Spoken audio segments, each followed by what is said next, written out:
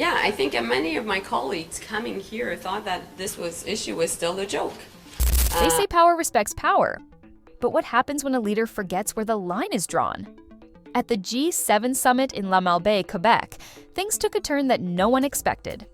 Canadian Foreign Affairs Minister Mélanie Joly stood in front of the cameras, looked U.S. Secretary of State Marco Rubio straight in the eye, and dropped a statement so firm it could have cracked the ground beneath her feet. Canada's sovereignty is not up for debate. Period. Not up for discussion, not a topic of negotiation, and certainly not something you bring up in a casual political chat over coffee. She made it crystal clear. Canada stands on its own, and that's not changing. The room went silent. Even the air felt tense. What sparked this mic drop moment? Well, US President Donald Trump had floated an idea that Canada might just do better if it became part of the United States. Absorb Canada? Make it the 51st state? It was an idea so wild that Canadian Prime Minister Mark Carney didn't just reject it, he practically laughed it out of existence.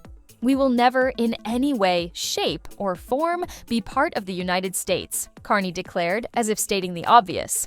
Canada is fundamentally different, and we take immense pride in that. This wasn't just political theater.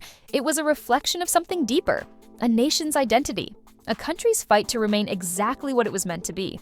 And if history has taught us anything, it's that Canadians don't take kindly to anyone questioning their independence.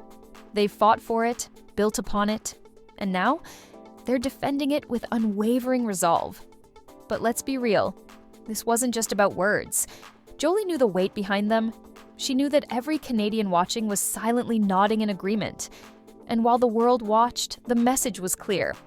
Canada's sovereignty isn't just a principle. It's a line in the sand that no one, no matter how powerful, gets to erase.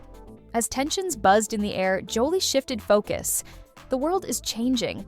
Alliances are evolving, and Canada isn't going to sit around waiting for permission to strengthen itself.